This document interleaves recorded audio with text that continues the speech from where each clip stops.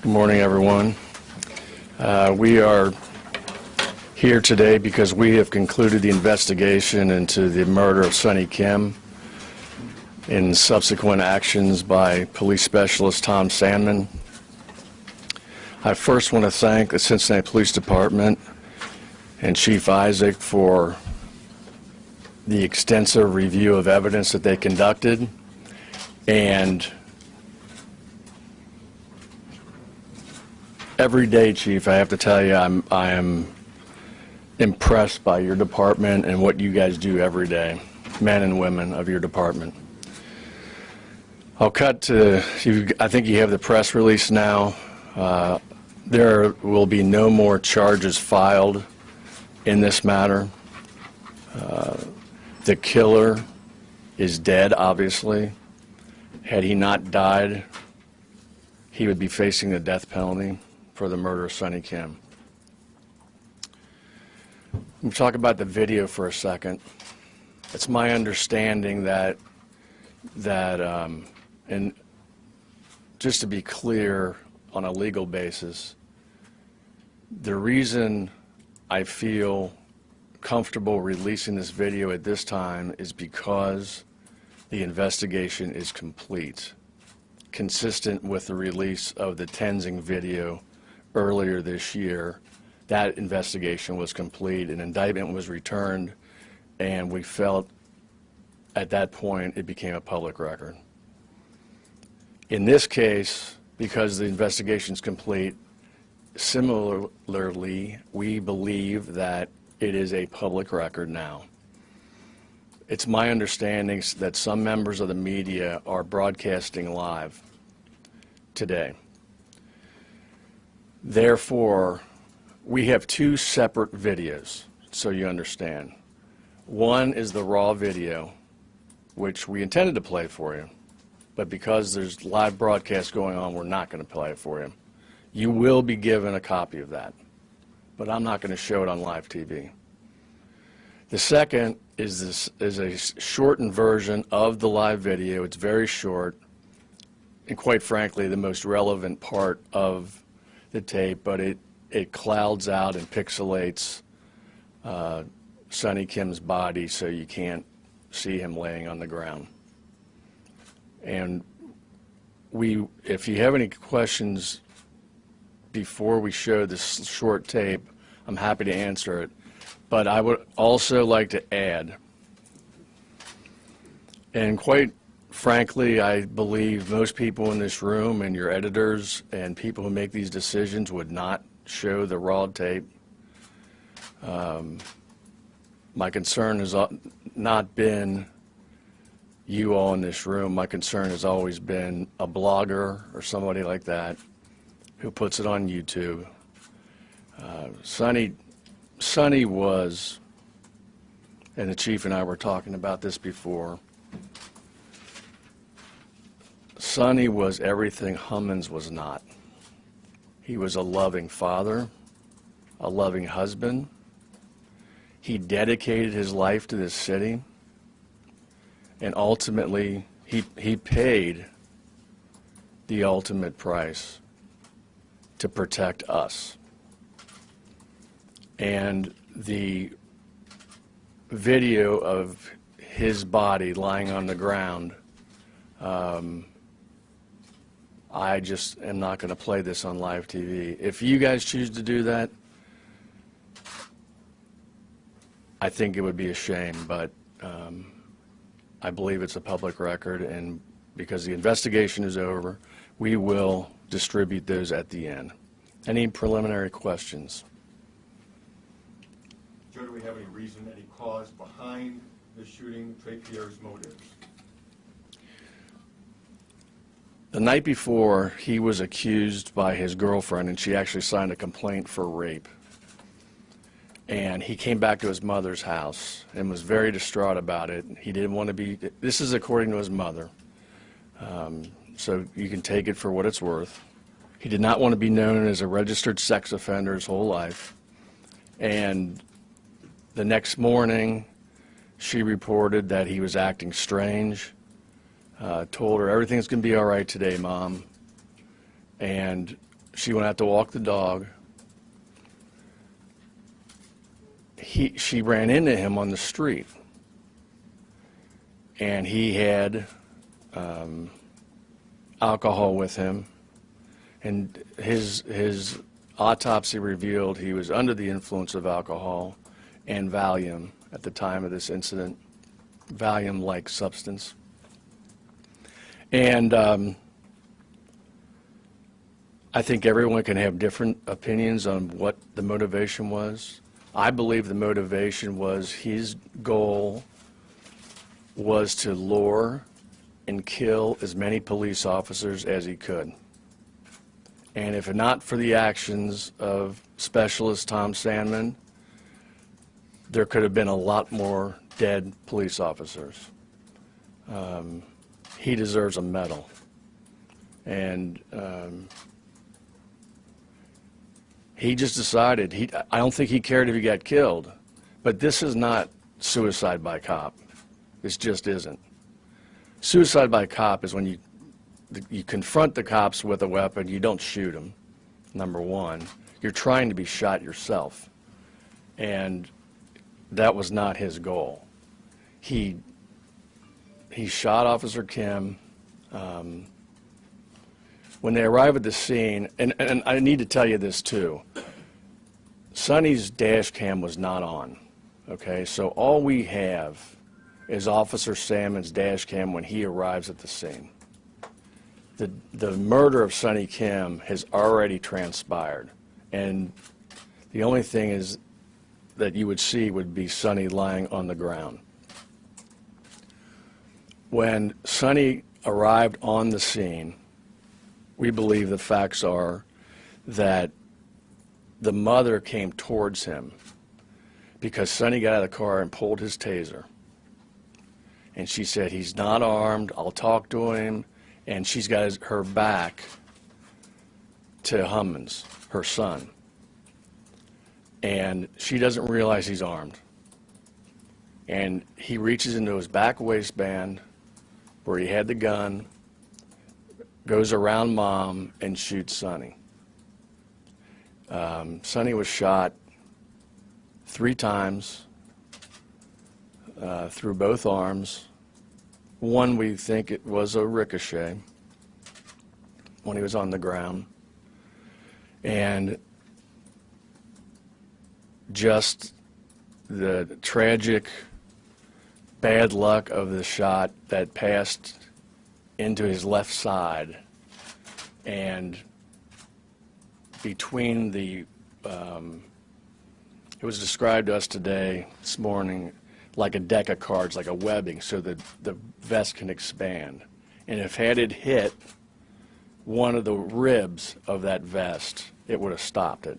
But it went between two of the ribs and passed into Sonny's left side and moved to the right, and ultimately hit his artery there, pulmonary artery, and it was non-survivable. He didn't shoot at all. He did not. And did Trey Pierre then pick up his gun? He shoot did. Salmon? He did. Officer Salmon was shot at by Hummons with Sonny's gun. Did Officer Kim draw his gun? No. I think he might have, was trying to at least. He had a taser initially when this happened, and he's walking up behind his mom and just goes around his mom, and the investigators think that the first shot was the fatal one. Did he have his taser because the mom had said she didn't think her son was armed? No, I think he just got out to deal with that. I think he just got out to deal with the unruly person or the guy with a gun. Joe, how soon from the time when Officer Kim was shot did Sandman arrive? Pretty rapidly. I mean, we have a timeline for you that we'll distribute, but it happened very rapidly. How many shots did Officer Salmon or Specialist Salmon fire at Trey Pierre? I think he fired 16. 17 shots. How many made contact? 2. 1 mass center. I think the other one was in the shoulder. Oh, I'm sorry, it was in the side back here. What happened was he went down to the first shot, and the gun fell, and he was crawling after the gun, and he got shot the second time. Did he sort of follow Sandman around the car? Yeah, Officer Salmon got out of the car, and you'll see even on the shortened version, you'll see Hummons coming at him with the gun. And Officer Salmon gets out of his car. A bullet actually went through the driver's side window as he exited the car. And as he was trained to do, and I should stress, everyone in this situation did exactly as they were trained to do. He proceeded behind the car, getting away from Hummons, and that gunfight occurred right there. Was Hummons' initial weapon registered? Was it his? What did you know about the gun? No, it wasn't his. He got it from an ex-girlfriend or something. You know, it's typical nonsense. So all the officers that responded, Officer Kim, Officer Salmon, they all followed policy? Absolutely. So there is no need for any sort of policy change whatsoever in responding? No, I would give Officer Salmon an award. I mean, he saved other people. Any lessons learned here, Joe? I'm just shocked that I just grew up in a different environment where you could have the evil about you to call 911 and ambush a police officer. I can't get my mind around that. Joe, would you give us a sense of the probation officer, where that officer was, and his role, if any? During the walk with the mom, when she ran into her son, she approached the probation officer and said her son was acting weird. Would you talk to him? So they actually talked. And Hummons said to the probation officer, "Hey, you do a good job." And probation officer was not in uniform, obviously, and shook his hand and walked off. And the probation officer kind of hung around, and you'll be able to see him. Jenny, you can stop this, right? It's a shortened one, but you can stop it or not. It stops with him walking off, with Mr. Hummons walking off the screen. Can you see the PO? I don't think you can. I think he's still on the side of his car at that point. When the after the shots were fired at Sonny, the probation officer was behind a car. Probation officers are not police officers, and they apparently are trained to take cover, and that's what he did. So to Trey Pierre, he wasn't a good enough get if his goal was to kill. Right. I think he wanted to kill uniformed officers.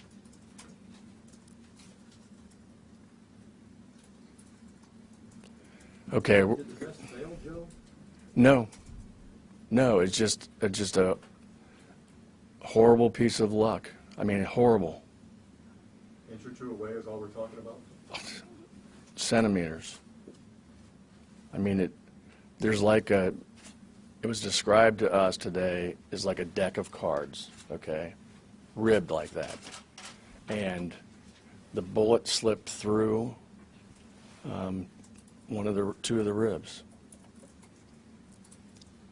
Any odds of that happening, or? They're like astronomical. I mean, it's a fluke. But nonetheless, he intentionally shot at Sonny Kim. Okay, he could have hit him in the face.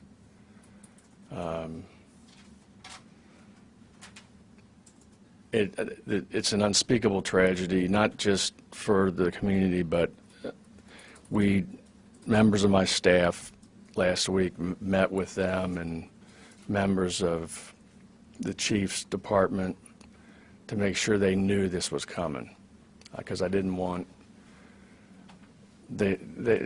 Officer Kim has a lovely family. I think many of you saw them, and they're just the sweetest people.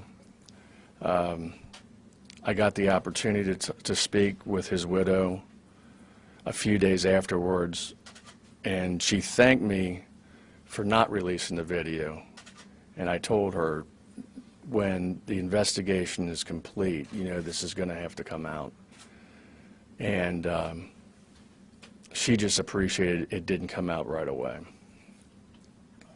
Knowing that, really, there's no precedent set by the Supreme Court on really video releasing. Would you like to see a precedent set? Yes. I don't know if you read our pleading. In the Tenzing case, after the investigation was complete, we released that video. And it's a technique in investigations. I mean, when you have people talking, different witnesses, I really don't want to show them what we have until they give us their statement. And I don't want them to couch their testimony around a video that we've released. So there is no precedent, and in our pleading, because we gave the Tenzing video over, it's a moot issue. Obviously, you guys all have it, but I went further in the Supreme Court pleading and say, hey, this is a moot issue, but we would really like you to rule on this, because this isn't going to stop. This is going to go on and on and on. I mean, I know CPD is getting ready to deal with body cams in the sheriff's office, and we need to develop a protocol, but we need direction either from the legislature or the court to tell us the parameters by which we can keep this as an investigative tool. That's very important. And look, this took 5 months. If you saw the work that CPD did in the shooting book, it's about this thick. And they interview everybody, they're transcribed, they go through everything on this.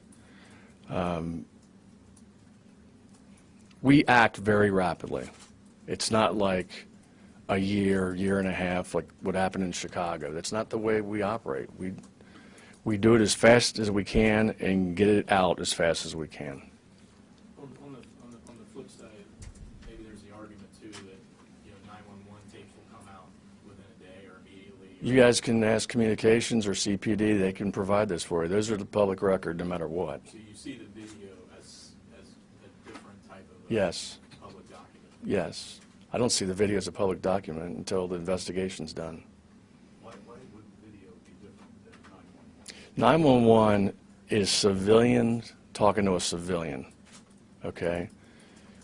Dash cams, body cams are on the police, law enforcement, turned over to us in an incident. So it's law enforcement, it's internal, that's why. That's the difference. So if I was standing on the street corner at the time Sonny Kim was shot and I had cell phone video, Right? that would be different. Yes. Be public. Yeah. Yep. You see those all the time. Chief, can we talk to the chief? Sure, Chief, go ahead. Any statement you want to make, chief? Just want to take this time to thank Mr. Dieters and the prosecutor's office for their work on this. A very difficult time for all of us, many of us, myself included, knew and worked with Sonny. An all-around tragedy. I understand that, this is the time that we have to release the video so that you all are able to do your job as well. I also echo just the consideration for the family and what they have to go through as well. So I'll try to answer any questions if you have. There could be a 911 call right now of a man with a gun. As you look at this, Joe has said that all the responding officers acted according to policy. Is that your feeling as well from what you know about this case? And is there a need for any sort of policy alteration whatsoever in responding to a 911 call? Not on the part of CPD. Our officers acted within policy and responded to the call that they received. So no change in policy regarding that. Was How there is any Officer intent- Sandman doing? And what is his job status right now? He's back at work. Obviously, this was a friend, a coworker. Any type of incident like this will obviously impact you, but he's back to work, doing his job and performing in a professional, excellent way. Chief, their ambushes of police officers have increased across the country. It's not, for us, this is a unique experience, but this is what's going on. Does it change anything in the police department, or are they already trained to look over their shoulder and be prepared for Trey Pierre Hummins? We have the best trained officers in the country. Our officers are professional and they're vigilant. They recognize that at times these things do happen, and they respond in the appropriate fashion. What stands out when you look at the video to you? You know, it's a tragedy. That's my friend laying on the ground, someone that I worked with. So it strikes a chord with me as well. But our officers are professional. They're thorough. They were able to complete the investigation in a very excellent fashion as well. Lessons learned here, Chief, same thing I asked Joe Dieters. The lessons that we always learn from these type of incidents, that in our profession we must be vigilant. We must look after each other. We must also try to operate in a manner that these type of incidents don't happen.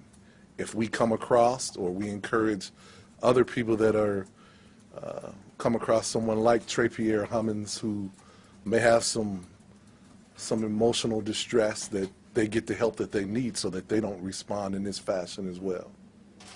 Is it possible, they follow policy, but were there any tactical errors made by anybody at that scene that day? No, they responded appropriately.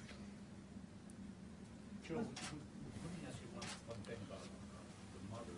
So Trey Pierre goes around her to shoot Officer Kim, and then what happens after that in terms of the mother?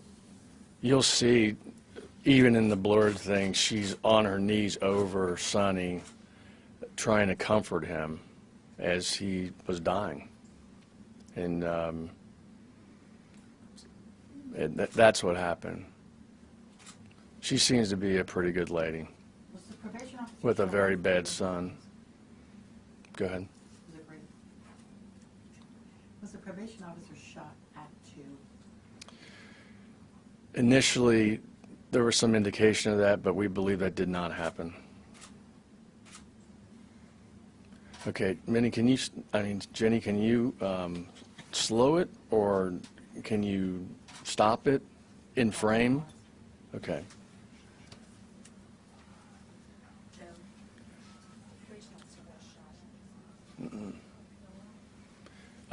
This is Officer Salmon's dash cam. What street are we on right now? We're going to give you the, okay, Sonny's on the ground here, and that's him walking up to Salmon's car, firing. That's all I'm going to show. Do it again, Minnie, so they get it one more time.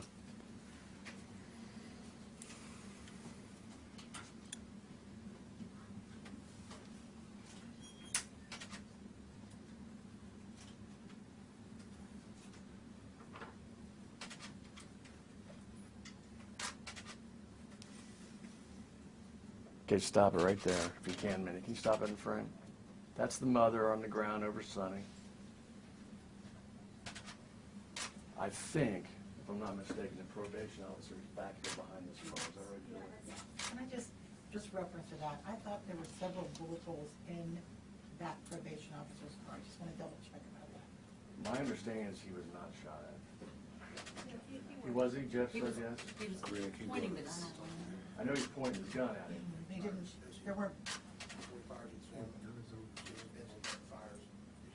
Oh, okay, that's right. what's, He was keeping him down, because he was going at Salmon. okay, so he did Yes, shoot at the yeah, probation yes, officer yes. who was behind the car? Yes. Okay. that's Hummons. And obviously, Specialist Salmon is exiting his car as this guy's approaching. He sees Sonny on the ground, and he's exiting through here. He fires. As I said, one of the bullets passed through the driver's side window when the door was open. Go ahead, man. He's smoking a cigarette too, just casual. We think he got hit right there. Definitely not suicide by cop. No, definitely not. Definitely not. As I said before, we will, the entire video is about 50 minutes long, and we'll be distributing that. I want to reiterate what the chief said.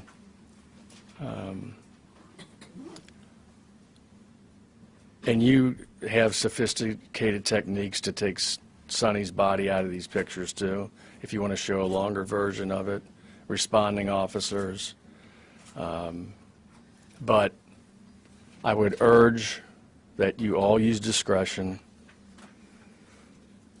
and this is not a threat, but I'm not going to forget who airs it if they air it. Can we talk about the process real quick? Sure.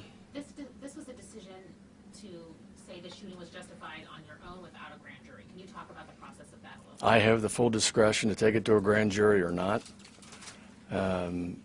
After receiving the shooting book last week and a review of it with my staff, I made a determination that we weren't going to a grand jury. It's open and shut. It's tragic. And why would I put that decision on a bunch of civilians? If it was close or something and we needed to let people look at it, I would have done it, but this isn't even close. But the subpoena referenced a grand jury investigation? Like, was one started Yeah. and stopped? It was always a grand jury investigation, always. Even if they don't hear the evidence? Correct. So Joe, just to be clear, Hummons' motive was not suicide by cop, It was an attempt at mass murder. He was going to kill as many cops as he could. That's what he was trying to do. any idea, any further on that?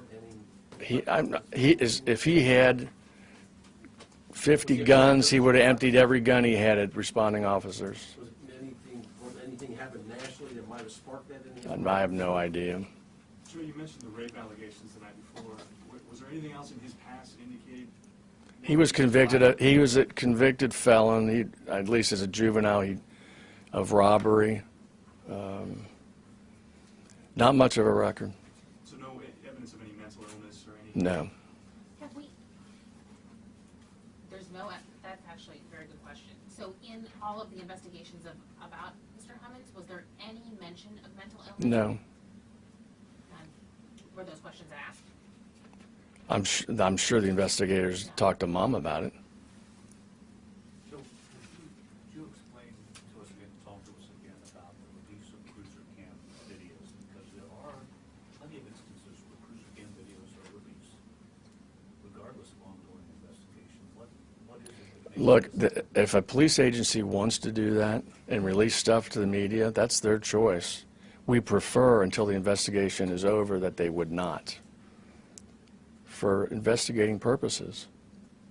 Back to the grand jury. Mhm. Has there ever been a grand jury considered a police officer involved shooting? Sure. In Hamilton County? Yeah. Names? No.